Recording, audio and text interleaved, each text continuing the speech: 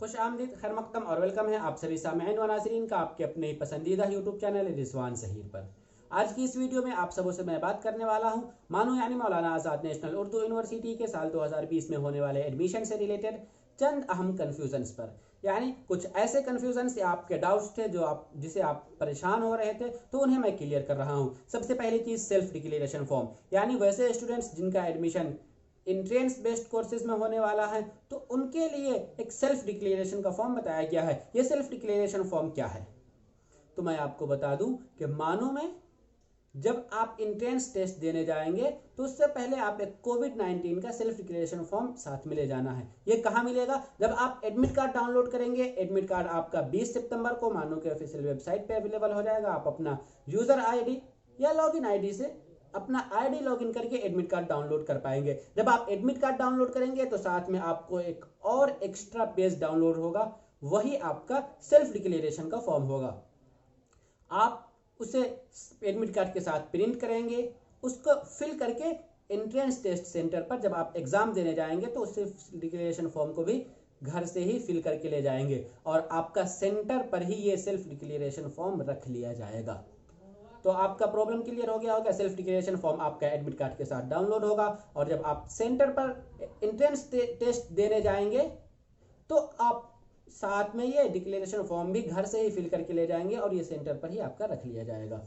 दूसरी चीज document upload का, तो आप जानते हैं कि आपका रिजल्ट एग्जाम से 4 या 5 दिनों के बाद आ जाएगा। अक्टूबर के 10 से 15 के बीच आपका डॉक्यूमेंट वेरिफिकेशन एंड काउंसलिंग या एडमिशन का प्रोसेस है। तो उसमें इस बार पिछली बार से थोड़ा सा डिफरेंट है। पिछली बार आपका ऑफलाइन हुआ करता था तो आप अपने सभी डॉक्यूमेंट के दो पेज फोटो स्टेट की 2 सेट बना करके आप वहां पर ले जाते थे, लेकिन इस बार ये आपका ऑनलाइन होगा।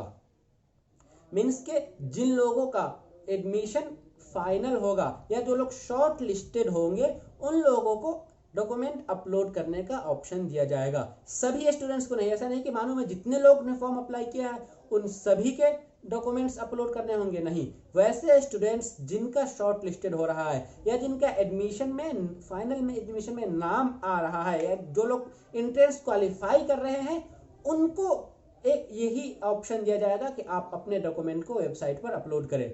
जब वो अपने डॉक्यूमेंट वेबसाइट पे अपलोड कैसे होगा, वही आप अपना यूजर आईडी लॉगिन करेंगे, पासवर्ड और रजिस्ट्रेशन नंबर से वहां आपको एक एक्स्ट्रा ऑप्शन मिल जाएगा आप डॉक्यूमेंट अपलोड करने का। तो आप उसमें क्या क्या करेंगे, तो आप अब तक के आपने जितने भी कोर्सेज किए हैं, matric, inter, graduation, PG, UG या पीएचडी, जो भी कोर्स किया है आपने उन सभी कोर्स के वहां पे डॉक्यूमेंट आपको अपलोड करने। डॉक्यूमेंट में क्या क्या? मार्कशीट और सर्टिफिकेट, ये तो कंपलसरी है चाहे आपका जो भी कोर्स हो। सभी कोर्स का मानते हैं कि आप बीएड में एडमिशन लेने वाले हैं और आपने ग्रेजुएशन किया हुआ है तो आपको मैट्रिक, इंटर और ग्रेजुएशन इन तीनों का मार्कशीट और सर्टिफिकेट, ओरिजिनल सर्टिफिकेट नहीं है तो प्रोविजनल सर्टिफिकेट भी आप वहां पर अपलोड कर सकते हैं। अगर आपने पीजी किया हुआ है तो पीजी का भी मार्कशीट और सर्टिफिकेट अपलोड करना पड़ेगा, लेकिन अगर आपने नहीं किया है तो जो कोर्स किया है सिर्फ उसी का। माइग्रेशन और सीएलसी का एक मसला यहाँ पर आता है कि आपको किस कोर्स का देना है।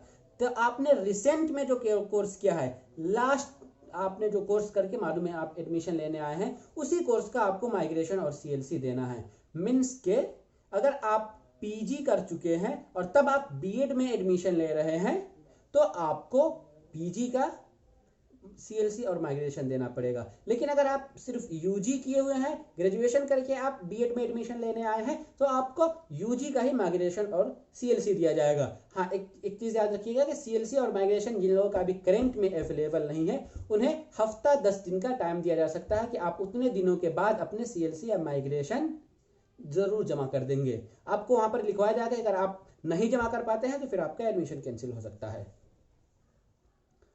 और इसके अलावा आपने फॉर्म अप्लाई करते वक्त जो स्पेशल कोटा का कोई कॉलम टिक किया था, मीन्स के ईडब्ल्यूएस, ओबीसी, पीडब्ल्यूडी या स्पोर्ट्स कोटा, एनएसएस, एनसीसी वगैरह जो आता है, उनमें से अगर आपने किसी एक को टिक किया है तो उसका आपको बेनिफिट मिलेगा, लेकिन सर्टिफिकेट आपको उसी वक्त दिखाना पड़ेगा। उसके लिए आपको कोई गुंजाइश नहीं है कि अभी मेरे पास ईडब्ल्यूएस सर्टिफिकेट नहीं बना हुआ है, अभी मेरे पास ओबीसी सर्टिफिकेट नहीं है तो मैं एडमिशन ले लूं। जी बिल्कुल नहीं होगा। आपको अगर आपके पास अगर ये डॉक्यूमेंट अवेलेबल नहीं रहते हैं तो फिर आपको एडमिशन से रोक दिया जाएगा।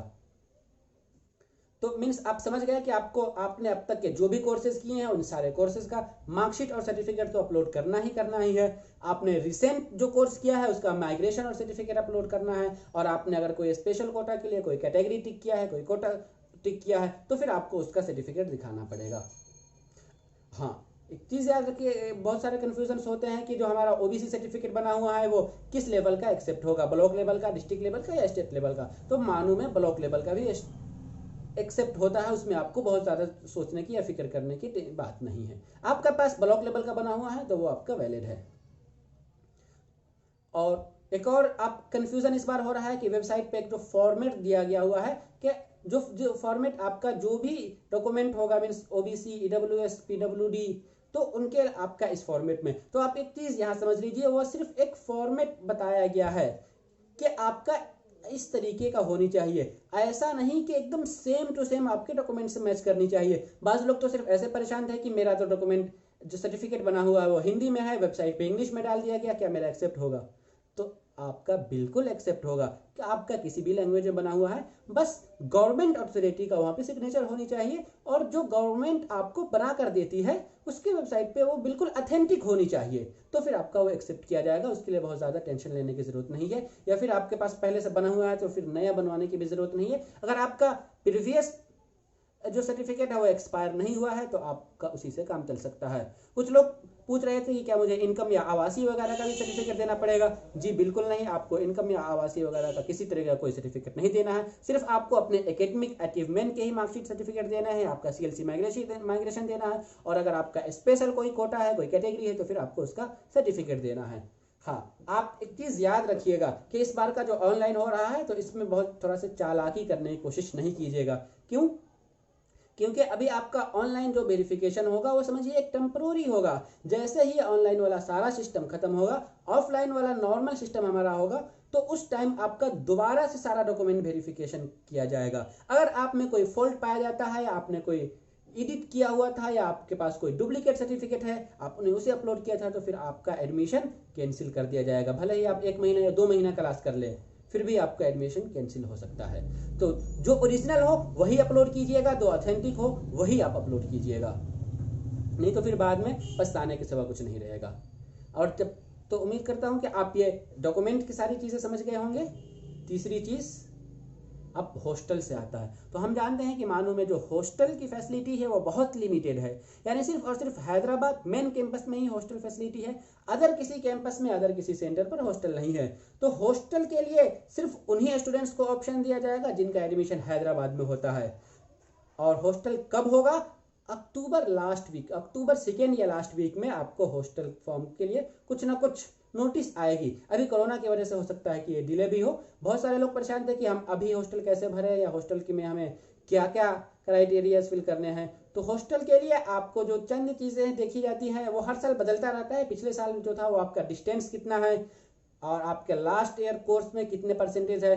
जनरली पिछले साल जिन लोगों का परसेंटेज 80% से एबव था, 80% से ज़्यादा था, उन लोगों को हॉस्टल मिला। 80% से कम वाले को हॉस्टल नहीं मिल पाया। हाँ, थोड़ा सा प्रेफरेंस उन लोगों को मिलता है अगर आप बीपीएल से हैं, बिलो पॉवर्टी लाइन से अगर आप बिलोंग्स करते हैं, या फिर अगर आप वाइडो चाइल्ड हैं, ऑर्फन चाइल्ड है, सॉरी ऑर्फन है मीन्स कि आप यतीम हैं, या फिर आप SC ST कैटेगरी से बिलोंग्स करते हैं, या आपका फाइनेंशियल कंडीशन बहुत नाजुक है, तो उस तरीके के स्टूडेंट्स को थोड़ा सा प्रीफर किया जाता है, उनको कुछ उसके अंक दिए जाते हैं तो उन्हें मिलने का चांसेस रहता है। तो इस पर हम हॉस्टल के बारे में एक और अलग से वीडियो बना देंगे कि क्या क्या है, क्या क्या कैसे है, जब इस साल का क्या क्या क्राइटेरिया है, अगर वो कंफर्म हो जाता है तो फिर आपको उस पर एक नई वीडियो मिल जाएगी। तो हॉस्टल के लिए आप परेशान ना हो, जिन लोगों का एडमिशन हैदराबाद में होगा उन्हें ज़रूर मौका दिया जाएगा हॉस्टल अप्लाई करने का। जिनका हैदराबाद एडमिशन नहीं होता है, किसी और कैंपस में होता है, चाहे वो मेरिट बेस्ड हो या फिर इंट्रेंस बेस्ड हो, उन लोगों को ऑप्शन नहीं दिया जाएगा। तो यही चीज़ें आपको इस वीडियो में बतानी थी। तो जो उम्मीद करता हूं कि आपको समझ में आया हो। अगर आपके पास किसी तरह कोई कन्फ्यूजन है, कोई डाउट है, तो उसे नीचे कमेंट बॉक्स में लिख सकते हैं। हम वीडियो खत्म करने से पहले आप सबों से फिर एक रिक्वेस्ट है कि अगर आप लोगों ने अभी तक मानू का क्वेश्चन बैंक हासिल नहीं किया है, जो कि बीएड और डीएलएड का लास्ट 5 ईयर का क्वेश्चन बैंक तैयार किया गया है आंसर के साथ, बीएड के सभी सब्जेक्ट्स का, social science, biological science, mathematics, physics या उर्दू, या डीएलएड का, तो आपको आंसर के साथ क्वेश्चन दिया जाएगा। साथ ही जनरल सेक्शन के, जैसा कि बीएड में जो 50 नंबर का जनरल सेक्शन होता है, उसके लिए आपको 10 प्रैक्टिस सेट पीडीएफ फॉर्मेट में दिया जाएगा। अगर आपका सब्जेक्ट सोशल साइंस है तो सोशल साइंस के लिए 500 क्वेश्चन बनाया गया है स्पेशल, वो भी प्रैक्टिस सेट के तौर पर है। और फिर 1000 उर्दू वालों के लिए प्रैक्टिस सेट का क्वेश्चन तैयार किया गया है। अगर आप क्वेश्चन बैंक हासिल करेंगे तो आपको ये सारी चीज, इन सारी चीजों के पीडीएफ प्रोवाइड कराए जाएंगे। मीन्स कि अगर आप बीएड का क्वेश्चन बैंक लेना चाहते हैं तो आपको लास्ट 5 ईयर का बीएड का क्वेश्चन मिलेगा, जनरल सेक्शन का 10 प्रैक्टिस सेट मिलेगा, फिर उर्दू का आपको 1000 क्वेश्चन मिलेगा।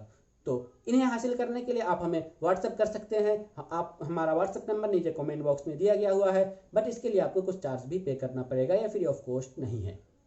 तो उम्मीद करता हूं कि अगर आपको ज़रूरत हो तो हमसे हासिल कर सकते हैं, या फिर किसी तरह कोई कन्फ्यूज़न हो तो हमें कमेंट बॉक्स में लिखिए। हम फिर मिलेंगे आप सबों से इसी तरीके की अगली वीडियो में। ये वीडियो कैसी लगी हमें ज़रूर बताइए, और वीडियो को लाइक ज़रूर कर दीजिए ताकि हमारी भी हौसला अफजाई हो, और शेयर तो करिए ही करिए, क्योंकि ज़्यादा से ज़्यादा लोग ये इन्फॉर्मेशन पहुँच सके और किसी तरीके की किसी को कोई प्रॉब्लम ना रह जाए। हम मिलेंगे फिर से आप सबों से इसी तरीके की अगली वीडियो में, तब तक